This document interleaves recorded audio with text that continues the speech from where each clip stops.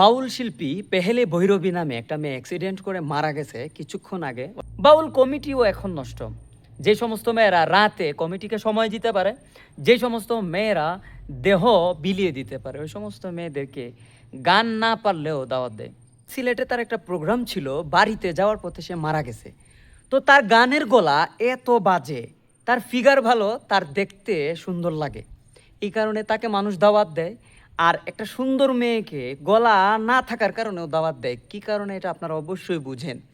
বাউল জগৎটাকে এখন মানুষ এমন পর্যায়ে নিয়ে গেছে, এটা তামাশা এবং অঙ্গি ভঙ্গি যদি ভালো থাকে কারো, তাহলে তার গলা ভালো না থাকলেও সে স্টেজে সবার আগে মূল্যায়ন পায়। এখন আমার কথা হচ্ছে, মেয়েটি মারা গেছে, মানুষ মারা যাওয়ার পরে তার সমালোচনা করা উচিত নয়। তো অনেকেই দেখলাম তাকে বলতেছে শহীদের দরজা, অনেকেই বলতেছে শুক্রবারে মারা গেলে জান্নাতি। এবার আমি বলতে চাই, একটা মেয়ের গলা এত বাজে, আপনারা তার গান শুনবেন, আমি আজকে শুনছি, পেহেলি ভৈরবী নাম সার্চ করে ইউটিউবে তার গানগুলো শুনবেন। গানের গলা এত বাজে, একদম লো লেভেলের যে শিল্পীগুলো আছে তাদের চাইতেও তার গলা বাজে। তাহলে তাকে কারা দাওয়াত দেয়? যারা তাকে রাতে ভুক করতে পারে, এই সমস্ত মানুষ, টাকাওয়ালা পয়সাওয়ালারা এই সমস্ত অঙ্গিভঙ্গি বা দুষ্টু প্রকৃতির শিল্পীকে দাওয়াত দেয়। সে মারা গেছে, আমার কোনো আফসোস নাই, আল্লাহ তাকে জান্নাতি করুক। কিন্তু আমি ভবিষ্যতে এই কথাটা রাখতে চাই, যারা বাউল গান করেন, আপনারা বাউল শিল্পীদেরকে দাওয়াত না দিয়ে এই সমস্ত অঙ্গিভঙ্গি অর্থাৎ ফিগারওয়ালা দেহ ব্যবসায়ী শিল্পীদেরকে আপনারা দাওয়াত দেন। দাওয়াত দেওয়ার পরে এই বাউল গান না গেয়ে তারা অঙ্গিভঙ্গি বডিকে যেমনি খুশি এমনিতে নাচে, আর মানুষ মজা পায়, তরুণরা মনে করে যে এটাই হয়তো বাউল জগৎ।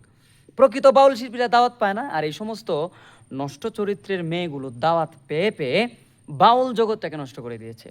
সে জান্নাতি জাহান্নামি আমি এটা বলতে চাই না, মানুষের মৃত্যুর পরে কি বলা উচিত এটাও আমি এই মুহূর্তে আপনাদের কাছে ক্ষমা প্রার্থী। তারপরেও একটা কথা বলতে চাই, বাউল জগৎটাকে আপনারা নষ্ট করবেন না। অঙ্গিভঙ্গি অর্থাৎ ফিগার ভালো হলে এই শিল্পীকে আপনারা দাওয়াত দিবেন না।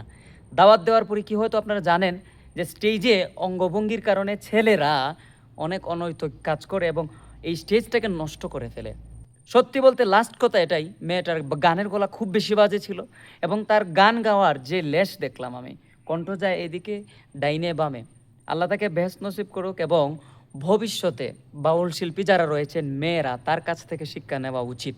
আপনারা ভাববেন বা বলবেন যে মানুষের মৃত্যু তো অসংখ্য মানুষের অ্যাক্সিডেন্টে মরণ হইতেছে, তাহলে তার মৃত্যু হওয়াতেই কি এটা জাহান্নামী মৃত্যু বা এই খারাপ কাজ করার কারণেই মৃত্যু হয়েছে? না না না না, প্রত্যেকটা খারাপ মানুষের কোনো না কোনোভাবেই অস্বাভাবিক মৃত্যু হয়।